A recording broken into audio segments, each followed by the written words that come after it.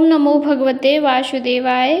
आज की वीडियो में हम सुनेंगे षटतिला एकादशी व्रत कथा, माघ मास में कृष्ण एकादशी व्रत कथा। षटतिला एकादशी जैसा कि नाम से समझ आता है, तिलों के महत्व वाली एकादशी। माघ मास की कृष्ण पक्ष की एकादशी को षटतिला एकादशी कहते हैं। इस एकादशी में तिल का बहुत अधिक महत्व है। बिना तिल के यह व्रत अधूरा है। इस एकादशी पर तिल स्नान, तिल का उपटन, तिल का हवन, तिल का तर्पण और तिल का भोजन, तिलों का दान करना चाहिए। इस साल षटतिला एकादशी 25 जनवरी 2025 को मनाई जा रही है। इस व्रत को करने से अनेक प्रकार के पाप मिट जाते हैं। आइए व्रत की कथा सुनते हैं। एक समय दालभ्य ऋषि ने पुलस्त ऋषि से पूछा कि हे महाराज, पृथ्वी लोक में मनुष्य ब्रह्म हत्यादि महान पाप करते हैं, पराये धन की चोरी तथा दूसरे की उन्नति देखकर ईर्ष्या करते हैं, साथ ही अनेक प्रकार के व्यसनों में फंसे रहते हैं, फिर भी उनको नरक प्राप्त नहीं होता। इसका क्या कारण है? वे ना जाने कौन सा दान पुण्य करते हैं जिससे उनके पाप नष्ट हो जाते हैं। यह सब कृपा पूर्वक आप कहिए। पुलस्त मुनि बोले। पुलस्त मुनि कहने लगे कि हे महाभाग, आपने मुझसे अत्यंत गंभीर प्रश्न पूछा है। इससे संसार के जीवों का अत्यंत भला होगा। इस भेद को ब्रह्मा, विष्णु, रुद्र तथा इंद्र आदि भी नहीं जानते, परंतु मैं तुमको यह गुप्त तत्व अवश्य बताऊंगा। उन्होंने कहा कि माघ मास लगते ही मनुष्य को स्नान आदि करके शुद्ध रहना चाहिए। इंद्रियों को वश में कर काम, क्रोध, लोभ, मोह, अहंकार, ईर्ष्या तथा द्वेष आदि का त्याग कर भगवान का स्मरण करना चाहिए। पुण्य नक्षत्र में गोबर, कपास, तिल मिलाकर उसके कंडे बनाना चाहिए। उन कंडों से 108 बार हवन करना चाहिए। उस दिन मूल नक्षत्र हो और एकादशी तिथि हो तो अच्छे पुण्य प्राप्त होने वाले नियमों को ग्रहण करें।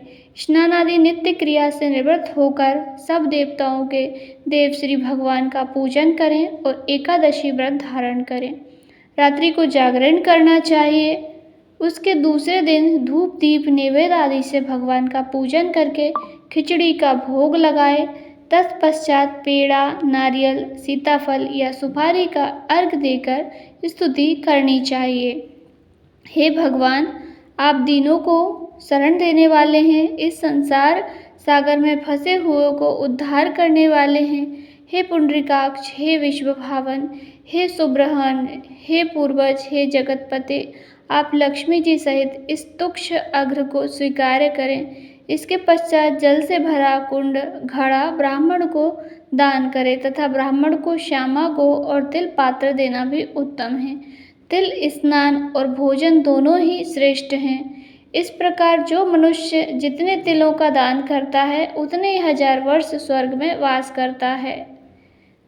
तिल स्नान, तिल का उपटन, तिल का हवन, तिल का तर्पण, तिल का भोजन और तिल का दान, ये तिल के 6 प्रकार के प्रयोग हैं।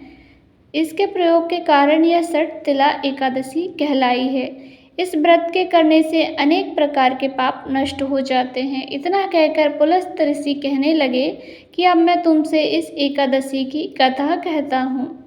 एक समय नारद जी ने भगवान विष्णु से यही प्रश्न किया था और भगवान ने जो षटतिला एकादशी का महत्व नारद जी से कहा, सो मैं तुमसे कहता हूँ। भगवान ने नारद जी से कहा कि हे नारद, मैं तुमसे सत्य घटना कहता हूँ, ध्यानपूर्वक सुनो। प्राचीन काल में मृत्यु लोक में एक ब्राह्मणी रहती थी। वह सदैव व्रत किया करती थी। एक समय वह 1 मास तक व्रत करती रही। इससे उसका शरीर अत्यंत दुर्बल हो गया। यद्यपि वह अत्यंत बुद्धिमान थी, तथापि उसने कभी देवताओं या ब्राह्मणों के निमित्त अन्न या धन का दान नहीं किया था। इससे मैंने सोचा कि ब्राह्मणी ने व्रत आदि से अपना शरीर शुद्ध कर लिया, अब इसे विष्णु लोक तो मिल ही जाएगा, परंतु इसने कभी अन्न का दान नहीं किया है, इससे इसकी तृप्ति होना कठिन है। भगवान ने आगे कहा, ऐसा सोचकर मैं भिखारी के वेश में मृत्यु लोक में उस ब्राह्मणी के पास गया और उससे भिक्षा मांगी। वह ब्राह्मणी बोली, महाराज किस लिए आए हो? मैंने कहा, मुझे भिक्षा दीजिए। इस पर उसने एक मिट्टी का ढेरा मेरे भिक्षा पात्र में डाल दिया। मैं उसे लेकर स्वर्ग में लौट आया। कुछ समय बाद ब्राह्मणी भी शरीर त्याग कर स्वर्ग में आ गई। उस ब्राह्मणी को मिट्टी का दान करने से स्वर्ग में सुंदर महल मिला, परंतु उसने अपने घर को अन्न आदि सब सामग्रियों से सून पाया। घबरा कर वह मेरे पास आई और कहने लगी कि भगवान, मैंने अनेक व्रत आदि से आपकी पूजा की, परंतु फिर भी मेरा घर अन्न आदि सब वस्तुओं से शून्य है। इसका क्या कारण है? इस पर मैंने कहा, पहले तुम अपने घर जाओ, देव स्त्रियाँ आएंगी तुम्हें देखने के लिए।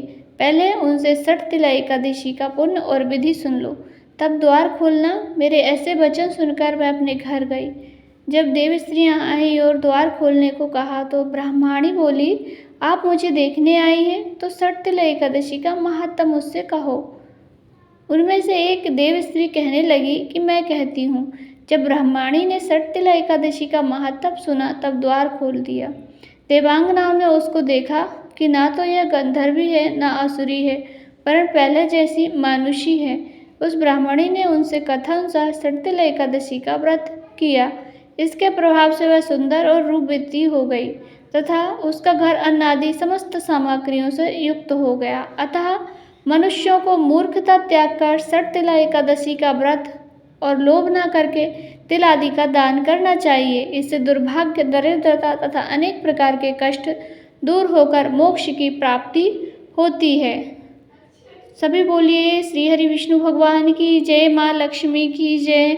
यहाँ पर हमारी षटतिला एकादशी की व्रत कथा संपूर्ण हुई। आपको इस दिन तिल का दान अवश्य ही करना चाहिए। चाहे तो आप गुड़ तिल के लड्डू बनाकर दान कर दें या तिल आदि का आप दान करें। योग्य जरूरतमंदों को दान दें, ब्राह्मण आदि को भी दान दें। कथा उपयोगी लगी हो, कथा अच्छी लगी हो तो वीडियो को लाइक ज़रूर करें। जय श्री हरि विष्णु।